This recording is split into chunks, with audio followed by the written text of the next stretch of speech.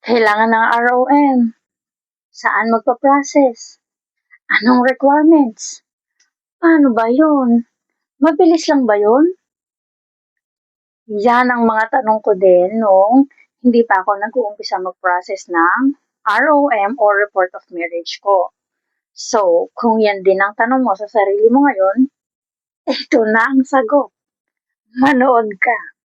Tara!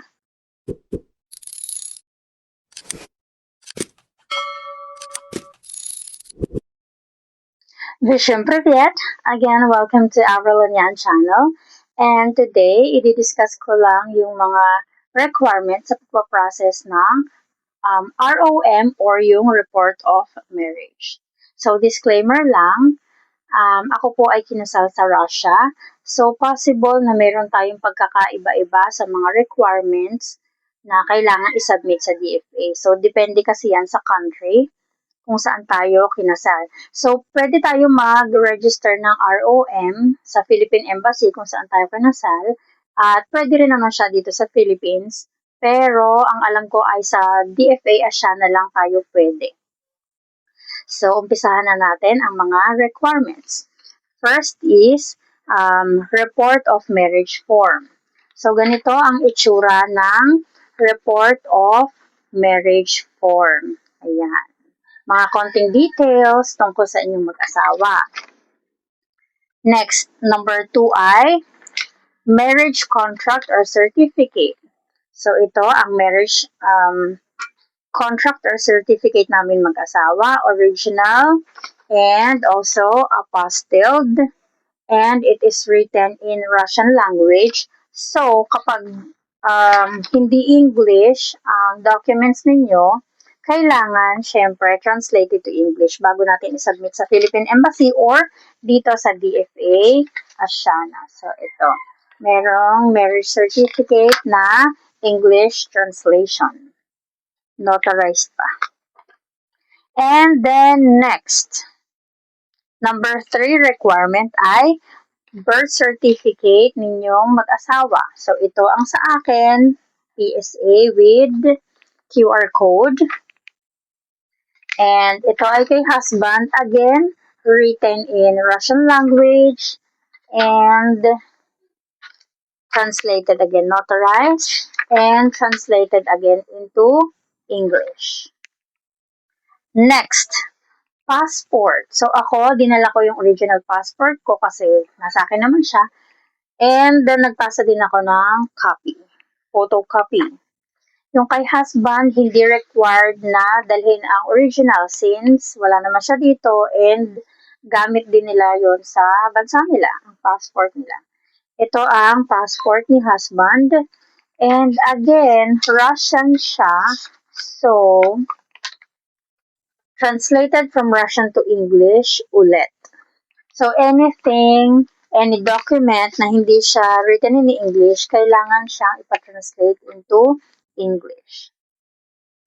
And next na kailangan ay recent passport size photos ninyong mag-asawa. Next, kailangan ay CRS form number 3, negative certification of marriage. Ito, and kailangan with QR code din siya. Iba po ang negative certification of marriage sa Senomar. Ang Senomar ay Certificate of No Marriage. Pangalan mo lang ang nakasulat doon, nakatunayang hindi ka pa kasal. And sa negative certification of marriage naman, nakasulat ang pangalan ninyo mag-asawa at nakasaad dito na ang kasal ninyo ay hindi pa talaga siya nare-register dito sa Pilipinas or sa PSA.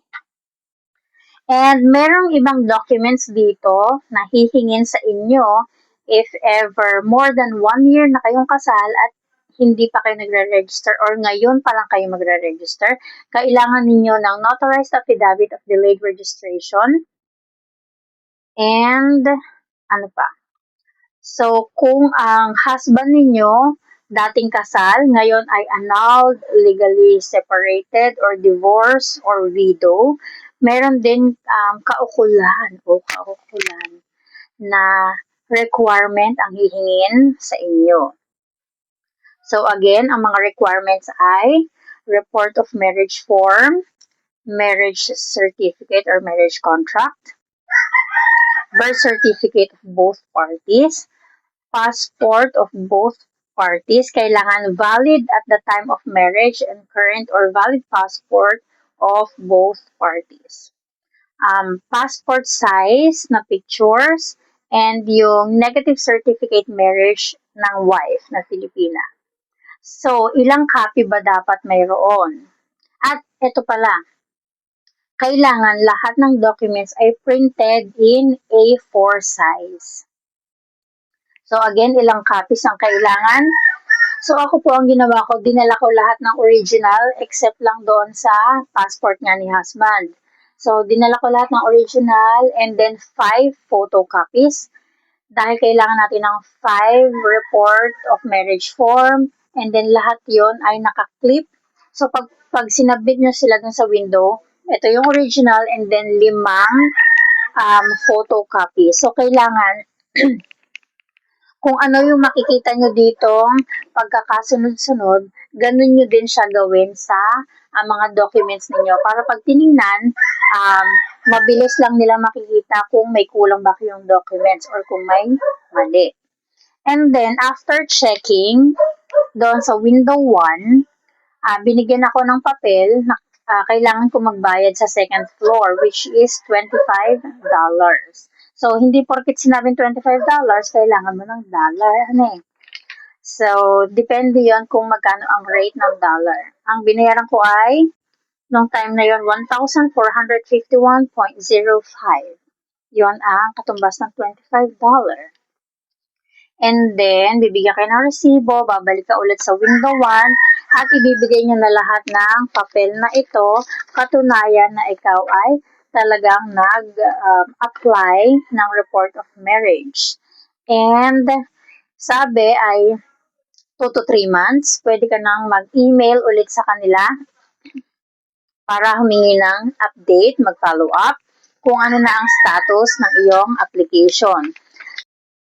So, yun ang mga requirements na kinumpleto ko at isinubmit ko doon sa DFA.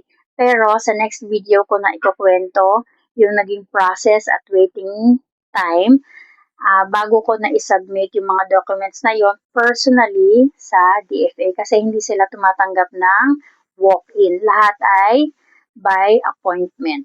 So, I hope nakatulong ang video na ito doon sa mga litong-lito, gulong-gulo sa pagpaprocess ng ROM katulad ko noong una pa lang, hindi ko alam kung saan ako mag-uumpisa hanggang ayun.